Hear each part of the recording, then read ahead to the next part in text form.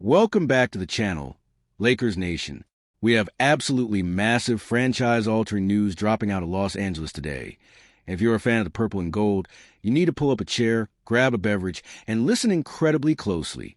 The landscape of the Western Conference is shifting under our feet as we speak, and the Los Angeles Lakers are standing squarely at the epicenter of a massive offseason earthquake. The 2025 to 2026 NBA season is officially in the books. The New York Knicks, led by Jalen Brunson, have just defeated the San Antonio Spurs and the generational phenom Victor Wembanyama in 5 games to claim their first championship since 1973. It was a historic run, an emotional triumph for New York, and a clear signal that the league has fully transitioned into a new era of basketball. But while the confetti is still being swept off the floor at Madison Square Garden, the real story for us is happening right here on the West Coast. The Los Angeles Lakers, led by Rob Pelinka, are officially on the clock, and the mandate has come straight from the top.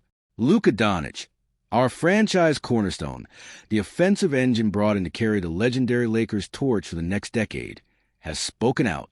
He has laid down a crystal clear, public blueprint for what he needs his front office to do next season.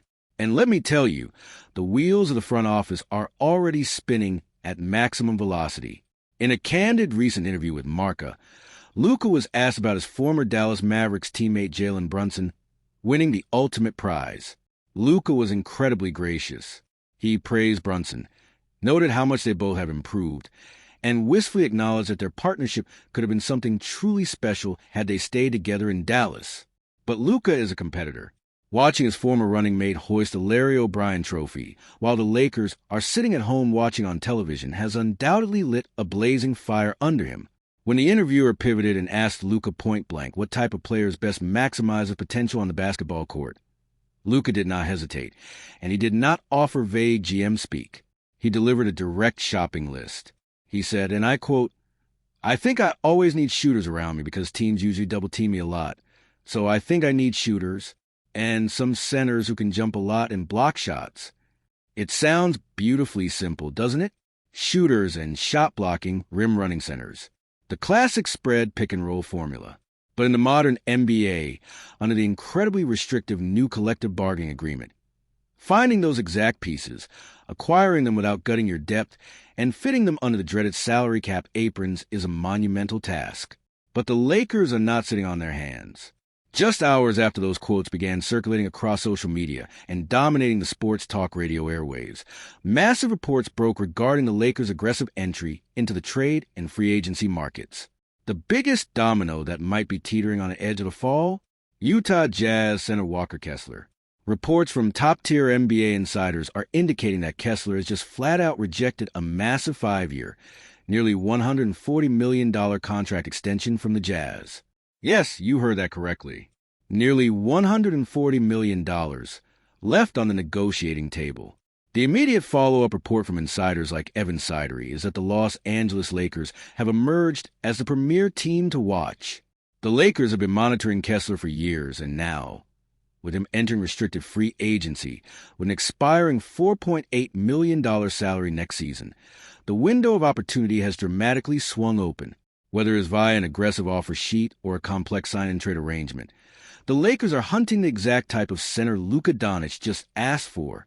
But to pull off a blockbuster acquisition for a defensive anchor like Kessler or to sign the elite high-volume perimeter shooters Luka requires, you need capital. You need financial flexibility. You need cap space. And you need to clear a roster that, quite frankly, fundamentally failed to provide Luka with the geometric spacing he needed to operate efficiently last season. That brings us to the second massive piece of breaking news today. The Lakers front office is reportedly actively shopping 2 of their established rotation players, Dalton Knecht and Jared Vanderbilt. The strategy is clear, calculated, and absolutely necessary. The goal is to clear salary off the books, open up crucial roster spots, and prepare for a massive financial commitment to Austin Reaves. Reaves is widely expected to receive a new contract extension that could exceed $40 million annually. Furthermore, the front office has to carefully navigate the looming, highly complex free agency of none other than LeBron James. This is not just another typical NBA offseason where you tweak the margins and hope for internal development. This is a defining off-season of the Luka Doncic era in Los Angeles. We are looking at a critical juncture where the decisions made by Rob Pelinka over the next 4 to 6 weeks will definitively determine whether the Lakers are stringing up championship banner number 18 in 2027, or whether we are doomed to waste the absolute athletic prime of one of the greatest offensive talents in the history of the sport. The clock is ticking loudly. The trade market officially opened for all 30 teams on June 14th. The 2026 NBA draft is right around the corner on June 23rd, where the Lakers hold the number 25 overall pick. And the free agency frenzy begins exactly at 6 p.m. Eastern Time on June 30th. Every single hour, every single phone call, every single asset evaluation matters right now. Think about the sheer gravity of this moment. When the Lakers acquired Luka Doncic, it was meant to seamlessly bridge the gap between the twilight of the LeBron James era and the future of the franchise. It was a Hollywood blockbuster move. But talent alone does not win championships in this league anymore.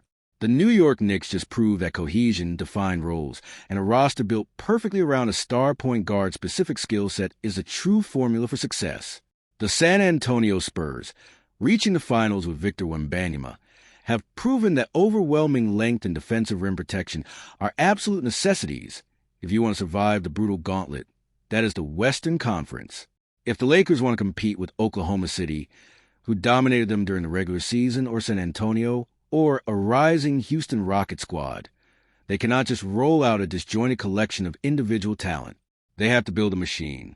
And Luka just handed them the blueprints of that machine. Let's dive deep, and I mean incredibly deep, into exactly what Luka Doncic is asking for and why the current iteration of the Los Angeles Lakers roster desperately needs a surgical reconstruction. When Luka says he needs shooters because he gets double-teamed and centers who can jump and block shots, he is detailing the fundamental geometry of elite offensive basketball. Luka Doncic is perhaps the greatest pick-and-roll manipulator the game of basketball has ever seen. His ability to read the floor, process defensive rotations in microseconds, and deliver the ball with pinpoint accuracy is unparalleled. But a pick and roll is only as devastating as the threat surrounding it. If you surround Luka with non-shooters, opposing defenses do not have to respect the perimeter. They can aggressively pack the paint, collapse on Luka's drives, and send hard double teams at the point of the screen without fear being penalized. We saw this exact scenario play out repeatedly this past season. Teams dared the Lakers' role players to beat them from the outside, and all too often, the Lakers simply could not make them pay. This is exactly why the news of Jared Vanderbilt being placed on the trade block is so incredibly telling. Let's be fair to Vanderbilt. He is a spectacular, high-energy, versatile perimeter defender. He plays with a motor that never stops, and his ability to navigate screens and disrupt opposing wings is highly valuable. However, basketball is a two-way game. In this past season, Vanderbilt averaged just 4.4 points and 4.5 rebounds, shooting a meager 29.3% from beyond the three-point arc. When Vanderbilt shares a floor with Luka Doncic, the defense completely ignores him. His defender sags off, permanently positioning himself in the driving lanes, effectively acting as a free safety to disrupt Luka's vision and passing angles. It turns a 5-on-5 game into a 5-on-4 disadvantage offensively. In a vacuum, Vanderbilt is a great player on a reasonable $15.6 million contract over the next 2 years. But specifically next to Luka Doncic, his lack of floor spacing acts as a severe bottleneck to the offense. Trading him is not an indictment of his talent. It is an admission that roster fit supersedes individual defensive utility when your entire system revolves around maximizing a generational playmaker. Similarly, we look at Dalton Connect. The Lakers exercise his $4.2 million third-year rookie option, making him a highly tradable asset. Drafted 14th overall in 2024, Connect was supposed to be a premier marksman. Yet, in his second season, he shot just 34.2% from deep, averaging 4.2 points per game. At 25 years old, he has not blossomed into the reliable, high-volume floor spacer the Lakers envisioned. By moving Connect and Vanderbilt, the Lakers are attempting to cleanly amputate the parts of the roster that do not natively support the new system. They are clearing the financial decks to ensure that when a true 40% plus three-point sniper becomes available on the market, Rob Pelinka has the cap flexibility to make the transaction immediately. Now, let's transition to the second part of Luka's request. Centers who can jump a lot and block shots. This brings us directly to the doorstep of Walker Kessler. Why is Walker Kessler the absolute perfect target for this franchise right now? To understand this, you have to understand the symbiotic relationship between a heliocentric point guard and a vertical lob threat. When Luka Doncic initiates a high pick and roll, he methodically puts a primary defender in jail on his hip.